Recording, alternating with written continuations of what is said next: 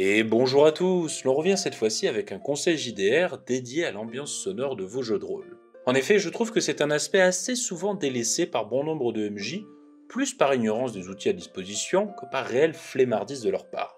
Car il faut savoir que même si vos descriptions sont les plus parfaites possibles et que vous mettez tous les efforts du monde et imaginables pour immerger vos joueurs dans votre ambiance, si vous n'avez pas le background sonore un minimum adéquat, vous risquez fort de vous fatiguer très vite.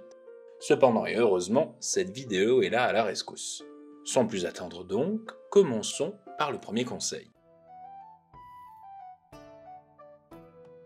Alors vous connaissez très bien YouTube, je sais, geek que vous êtes, mais sachez qu'au-delà d'être un espace de divertissement pour bon nombre de personnes du commun des mortels, il existe des chaînes dédiées à la musique et plus spécifiquement aux musiques d'ambiance.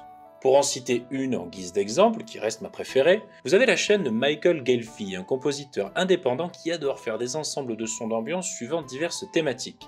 Il vous suffira alors de taper quelques mots-clés dans la barre de recherche de sa chaîne YouTube pour tomber bien vite sur votre bonheur, vous permettant ainsi en quelques clics de mettre en place une ambiance sonore à la volée. Alors il n'est pas le seul dans ce domaine, il y a même d'autres youtubeurs qui font comme lui ou qui se servent des designs de fonds sonores de jeux vidéo, appelés Depth of Field, pour vous fournir des vidéos de plusieurs heures avec seulement des sons d'ambiance agrémentés parfois d'une musique assez basse. Je vous laisse à ce titre une petite liste des différents créateurs de contenu sur votre écran et dans la description de cette vidéo. Un petit conseil supplémentaire que je vous donne comme ça en bonus, essayez si possible d'éviter de prendre des musiques, que cela soit pour des phases d'action ou autres, avec des paroles. Car le souci que vous risquez de rencontrer, c'est que vos joueurs vont avoir du mal à se concentrer sur vos descriptions et votre voix si une autre vient polluer l'espace sonore. Rien de blâmable pour autant, c'est simplement humain, de par le simple fait que le cerveau a plus de mal à se concentrer quand plusieurs personnes viennent à parler en même temps. Préférez donc l'instrumental au vocal.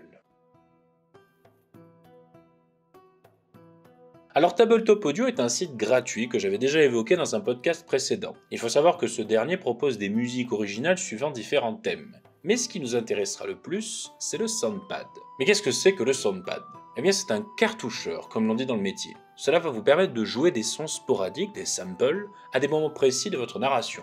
Comme par exemple le grincement d'une porte qui s'ouvre, des bruits de pas dans le sable ou sur d'autres matières, ou bien le hurlement d'un dragon. Ce qu'il y a de bien, c'est que ces samples sonores sont regroupés en différents thèmes pour plus de clarté, vous permettant ainsi très rapidement de trouver la banque sonore adéquate à l'ambiance que vous souhaitez donner.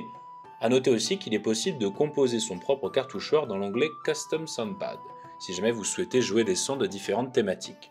Bonus plutôt appréciable, les créateurs du site n'ont de cesse de rajouter de nouvelles thématiques sonores au fil des mois, permettant ainsi d'ouvrir toujours plus les champs du possible pour vos ambiances sonores. Alors le troisième conseil est là pour répondre à une problématique plus présente récemment de par la pandémie qui frappe le monde, et la difficulté un peu plus présente de se retrouver entre amis autour d'une table de jeu de rôle comme avant. Alors ce conseil tient plus du petit bricolage, et pour ce faire, vous aurez besoin d'un serveur vocal Discord. Encore une fois, rassurez-vous, c'est totalement gratuit. Non content de vous permettre de vous retrouver en vocal avec vos amis, vous avez aussi la possibilité de streamer aux personnes présentes. Et c'est là qu'arrive la petite astuce. Quand vous cliquez sur l'onglet écran, en bas à gauche, dans la fenêtre Discord, vous avez le choix de streamer plusieurs fenêtres, dont celle de votre navigateur. Choisissez alors la dite fenêtre, celle de votre navigateur, le mien c'est Google Chrome, puis Discord vous demandera quelle résolution souhaitez-vous mettre. Inutile de placer la barre haut, puisque tout ce que nous voulons c'est streamer du son et pas de la vidéo. Les images par seconde et la qualité visuelle importent peu de ce fait. Toutefois, si vous avez une bonne connexion, cela peut vous servir pour présenter des images aux joueurs. Une fois que cela est fait, vos amis n'ont plus qu'à rejoindre le stream ainsi lancé pour avoir la possibilité d'entendre tous les sons provenant de votre navigateur. Ainsi donc, vous pourrez jouer les sons de Tabletop Audio tout en laissant la musique de fond tourner sur YouTube. Petite astuce supplémentaire, étant donné que cela stream l'ensemble des sons du navigateur. Faites attention déjà de une, que Facebook ou que d'autres éléments, on va dire, qui puissent vous envoyer des notifications sonores soient bien fermés, mais aussi vous pouvez ouvrir plusieurs fenêtres de votre navigateur et tous les sons se joueront tout de même dans les oreilles de vos joueurs. Ainsi donc, je vous conseille de laisser une fenêtre en guise de façade à vos joueurs et de jouer avec votre cartoucheur ou vos musiques sur une autre fenêtre masquée de leur regard afin de ne pas leur mettre la puce à l'oreille si jamais leurs yeux se baladent sur le stream et que vous êtes en train de chercher une musique d'action alors que tout est calme. Et une autre petite astuce comme ça en bonus, vous pouvez jouer des sons que vous auriez modifiés et qui sont sur votre PC en simplement faisant un drag and drop de votre son au format MP3 ou autre directement dans votre navigateur qui tiendra alors lieu de lecteur audio. Pratique si vous souhaitez ajouter des sons de votre propre cru. J'espère très sincèrement que ces petits conseils vous auront aidé à travailler un peu plus votre ambiance sonore. N'hésitez pas à mettre dans les commentaires vos petites astuces et vos conseils aussi concernant les ambiances sonores que j'aurais pu oublier.